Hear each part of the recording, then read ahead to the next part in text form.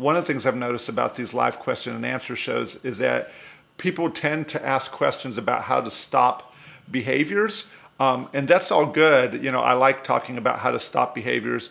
The bad thing about that is when you actually talk about stopping behaviors, you're actually talking about the process of punishment, which from I guess a behavioral standpoint, that means the reduction of rate of behaviors. And that tends to mean things that the dog would consider unpleasant. It doesn't mean injurious or anything like that, but talking about unpleasant things.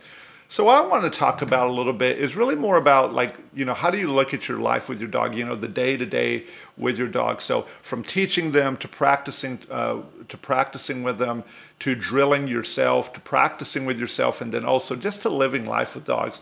So let me kind of start off with just maybe a few definitions, a few different definitions of things that I consider. So teaching. So teaching is actually when, like, you take your dog, you've got their food, you've got a particular skill in mind that you actually want to teach your dog. There's nothing else in the environment, so you could likely be in your living room. And then you go out and you set about the process of introducing your dog to some piece of information that you want them to know. If you're watching any of the videos on this channel, you're going to see that a lot of the videos that I personally make and the ones that I'm putting out, those are ones where I am teaching a dog how to do that. The advantage of that, especially in our virtual reality videos or even in the standard format videos, is that you get to be an observer in there. So as a human, you're watching, you're kind of taking it in. But teaching is just when you're showing the dog the specific thing that you want it to do, or a set of specific things. For example, when we're teaching a stay to the dog, that this is an action that we want you to take. We want you to sustain this particular position, and that when you break this particular position, that's where all the non-reward comes. And so we begin to make statements like that, but the dog has to understand that through a teaching lesson.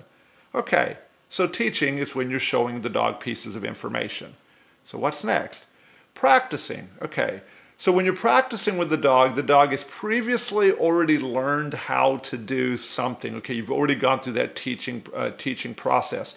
And now what you're doing is you're beginning to include different distractions, like the doorbell ringing, or jumping up and down because the Texans scored a touchdown, or any number of things, or like you're cooking food, or you're opening the oven, or you're answering your cell phone. These are the times that you're going to take the skills that the dog has previously learned, and then you're going to practice inside of your day-to-day life. Now, let me go over to the human side here. That's what the dog needs to, you need to teach the dog, and you got to practice with the dog in the reality of your life. However, maybe you're not so good at that. I know I wasn't always good at all these different things. So this is when it's time for you to drill. You drill together with your dog. And what that means is you follow maybe some simple steps, and you get real repetitive at the same moves over and over, so that way your dog, and that you also understand how to coordinate yourself to be able to communicate in a way that the dog can really understand. Now, one of the rubs in there whenever you're teaching a dog is, the big rub is, can you sometimes be patient enough to let the dog solve the problem without you actually giving any information? And do you know, when is it a good time to move on from that? And that's kind of a tough one. I'd encourage you to watch watch me on any of the videos, and the amount of patience that I deploy anytime that I'm actually drilling with a dog, and also when I'm teaching. Okay, so now we've covered teaching and practicing with the dog. We've covered drilling with yourself.